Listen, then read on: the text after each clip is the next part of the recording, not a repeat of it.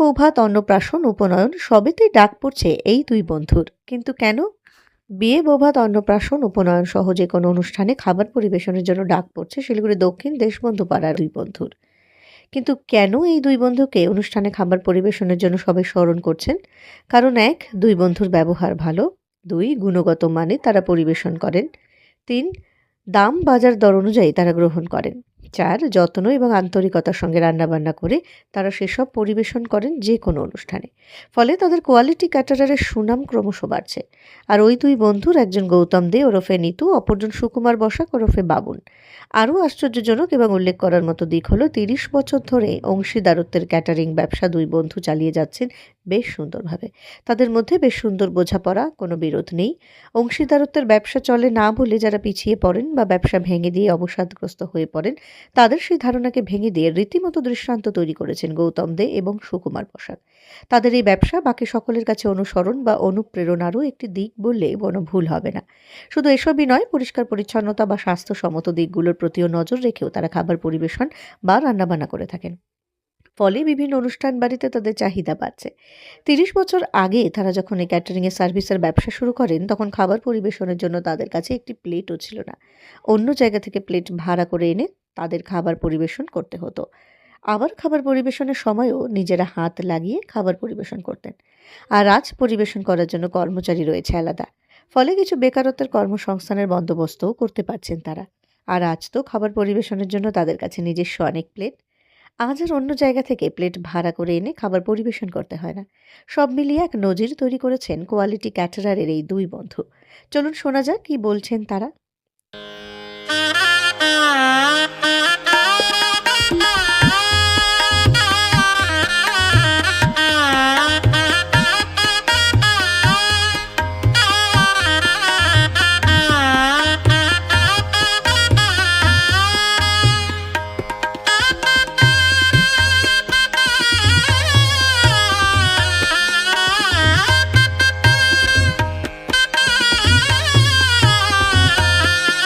হচ্ছে আমার গৌতম দে, নিতু নামেই আমার পরিচিতি। দক্ষিণ দেশবন্ধু পাড়ায় আমাদের বাড়ি। আমাদের ক্যাটারিং এর নামটা? আমাদের ক্যাটারিং এর নাম হচ্ছে কোয়ালিটি ক্যাটারার। কোথায়? এটা দক্ষিণ দেশবন্ধু পাড়াতে অ্যাকচুয়ালি আমাদের বাড়ি। এই মুহূর্তে অফিস আমাদের টিভিসি রোড, টিকিয়াপাড়া মোড় যেটাকে বলে, নিউ সিনেমা সংলগ্ন এলাকায়। কতদিন ধরে চলছে আমাদের ব্যবসাটা আমরা শুরু করেছি 1994 সালে।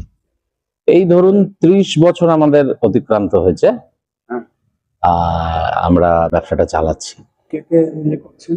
আমি আর সুকুমার বসাক, বাবুন, আমরা এই দুই বন্ধু মিলে ব্যবসাটা চালিয়ে যাচ্ছি। অ্যাকচুয়ালি এটা মানে আমরা তখন আমাদের শিলিগুড়ি সংলগ্ন এলাকায় আর কি ক্যাটারিং ব্যবসাটা সেভাবে তখনও ছড়িয়ে পড়েনি। কিছু কিছু ছিল, যেমন আমাদের ক্যাটারিং ব্যবসায় শিলিগুড়িতে পথিকৃত হচ্ছে ক্যালকাটা ক্যাটারার, হ্যাঁ, ভোলাদা। তো ওনাকে দেখে আর আমাদের কাছাকাছি শিলিগুড়ি ক্যাটারার ছিল, আমাদের এই পাড়ার দাদারা মিলে শুরু করেছিল, ওরাও বেশ সুনাম অর্জন করেছিল।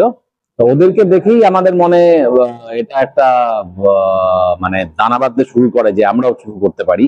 কারণ তখন আমরা যে ক্লাবের সঙ্গে জড়িত ছিলাম, হিমাচল সংঘ আমাদের ক্লাব, দক্ষিণ দেশবন্ধু পাড়ার হিমাচল সংঘ ক্লাবের আরো কিছু আমাদের বন্ধুরা ছিল।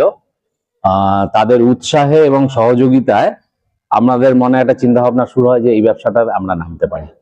তখনই আস্তে আস্তে মনে দানা বাঁধতে থাকে। শুরুতে আমাদের আরো কয়েকজন বন্ধু ছিল, পরবর্তীতে তারা বিভিন্ন ব্যবসায় জড়িত হয়ে যায়, চাকরিতে জড়িত হয়ে যায়, সরে যায় আমাদের থেকে। আর আমরা দুজনে মিলে এটা কন্টিনিউ করতে থাকি। ফর্মুলা হচ্ছে, দেখুন, একে অপরের প্রতি বিশ্বাস, হ্যাঁ, এবং দেখুন যৌথ উদ্যোগে ব্যবসা শুরু করতে চাইলে এবং একসঙ্গে চলার পথে ভুলভ্রান্তি যে হয় না, হতেই পারে কোনো কিছু ব্যাপারে বা কোনো বিষয়কে কেন্দ্র করে, কিন্তু আমরা মনের মধ্যে সেটাকে পুষে রাখি না। মানে যেই জায়গার ভুলভ্রান্তি আমরা নিজেরাই শুধরে নিই, নিজেদের মধ্যে আলোচনা করে সেগুলো মিটিয়েও নিই, ওগুলো নিয়ে আমরা সামনের দিকে তাকাই না। কারণ একসঙ্গে ব্যবসা শুরু করতে মানে চলতে গেলে কিছু সব নিয়ে ধরে রাখলে চলে না, কিছু ছাড়তেও লাগে। সময় নিজেরাই পরিবেশন করি। হ্যাঁ, আমরা নিজেরাই পরিবেশন করেছি। কারণ সেই সময় মানুষের আস্থা বা বিশ্বাস অর্জন করা তো চট করে যায় না, কোনো স্টাফ ছিল না, আমরা নিজেরাই করতাম। এখন কতজন? এখন আমাদের দেখুন, এটা তো অনুষ্ঠান ওয়াইজ হয়, তাও ধরে নিন একটা ছোটখাটো অনুষ্ঠান চালাতে গেল 200-250 লোকের চালাতে গেলেও মোটামুটি 20-25 জনের সহযোগিতা তো দরকার হয়। কারণ খুব কাছে কুক আছে, তার সঙ্গে পরিষ্কারের আমাদের যারা আছে তারা আছে, পরিবেশনের ভাইরা আছে, একটা বড় টিমই, আমাদের একটা পরিবারের মতো ব্যাপার আর কি। সেই পরিবারটাকে নিয়ে আমাদের চলা। কোয়ালিটি নাম কেন? কোয়ালিটি, আমরা শুরু থেকেই খাবারের গুণগত মান, না কোয়ালিটিতে, খাবারের উৎকর্ষতার দিকেই আমাদের নজর। যে আমরা একটা চিন্তা ভাবনা শুরু করেছি যে মানুষের আস্থা আমাদের অর্জন করতে হবে, এবং আমাদের যে ধরনের ব্যবসা এটার সঙ্গে একটা পারিবারিক সম্মান জড়িত থাকে, এবং মানুষের আস্থা অর্জন করার পথে সবচেয়ে বড় ব্যাপার হচ্ছে বিশ্বাস অর্জন করা। আমরা যদি এই গুণগত মানটা বজায় রাখতে না পারি, মানুষ আমাদের কেন ডাকবে, কেন বিশ্বাস করবে? সেই চিন্তা ভাবনা থেকেই কোয়ালিটি, যে আমরা খাবারের গুণগত মান, কোয়ালিটিটা আমরা সবসময় ধরে রাখবো, এই চিন্তা ভাবনা থেকেই কোয়ালিটি নামটা দেওয়া।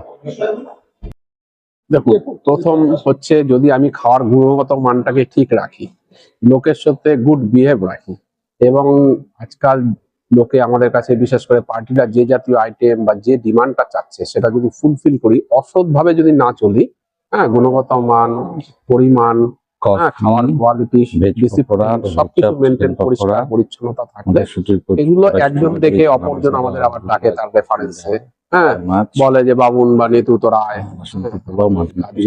একটু দেখে যা। প্লাস হচ্ছে মার্কেট অনুযায়ী আমাদের তাদেরকে যে কত লোকের হবে দাদা?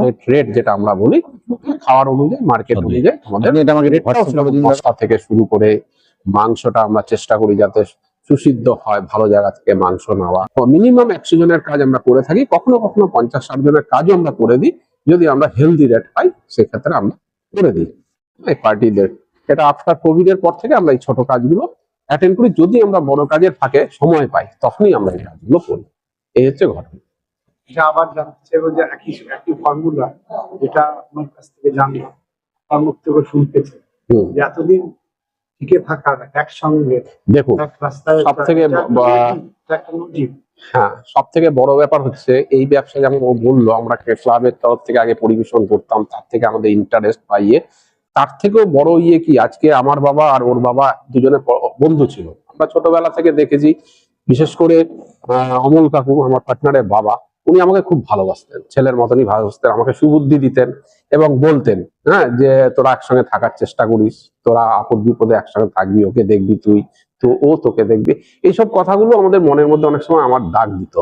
তার ফলে আমি ব্যবসাটাকে সেভাবেই চিন্তা করতাম এবং ওর সাথে আমার সেরকমই অ্যাডজাস্টমেন্ট, যার জন্য এতদিন ধরে আমি চালিয়ে যাচ্ছি আমার ব্যবসাটা।